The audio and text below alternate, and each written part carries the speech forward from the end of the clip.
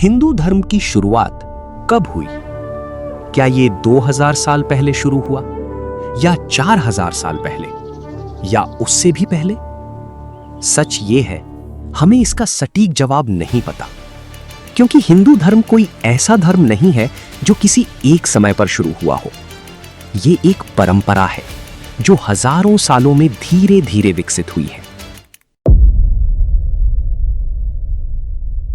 आज हिंदू धर्म के करीब 90 करोड़ से भी ज्यादा अनुयायी हैं, जिससे ये दुनिया का तीसरा सबसे बड़ा धर्म बनता है। लेकिन इसे सिर्फ धर्म कहना शायद पूरी तरह सही नहीं है, क्योंकि कई लोग इसे कहते हैं सनातन धर्म, यानी एक ऐसा जीवन मार्ग जो हमेशा से अस्तित्व में है। दिलचस्प बात यह है कि हिंदू शब्द खुद में धार्मिक नहीं था। ये आया है सिंधु नदी से। लगभग 6वीं सदी ईसा पूर्व में फारसी लोग सिंधु को हिंदू बोलते थे। इस तरह ये भूमि हिंदुस्तान बनी और यहां के लोग हिंदू कहलाए। उस समय ये सिर्फ एक भौगोलिक पहचान थी, कोई धर्म नहीं।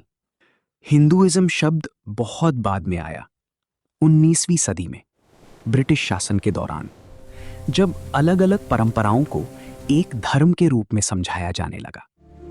अब अगर इसकी जड़ें देखें तो हमें जाना पड़ेगा सिंधु घाटी सभ्यता में, लगभग 2500 से 1500 ईसा पूर्व।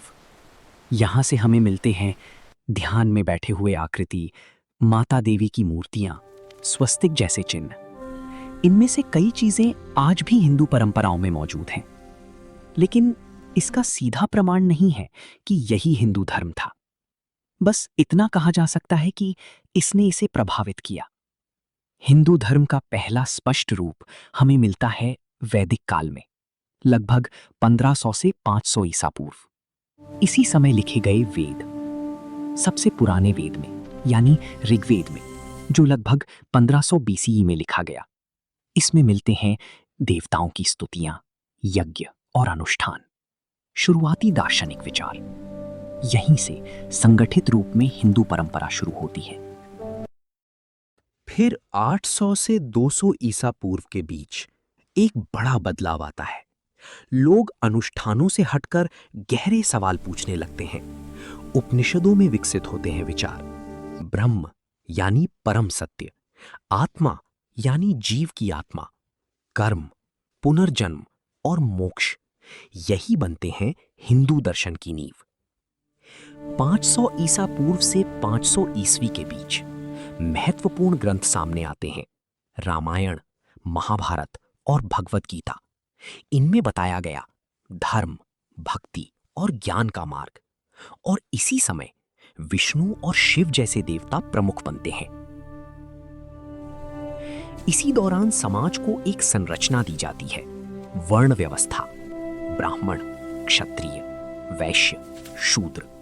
शुरुआत में ये काम के आधार पर था, लेकिन समय के साथ ये जन्म के आधार पर तय होने लगा, जिससे समाज में असमानता बढ़ी।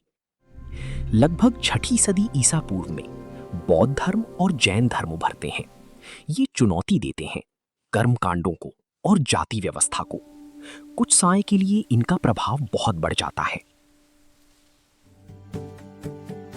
लेकिन हिंदू धर्म खत्म नहीं होता, ये खुद को बदलता है।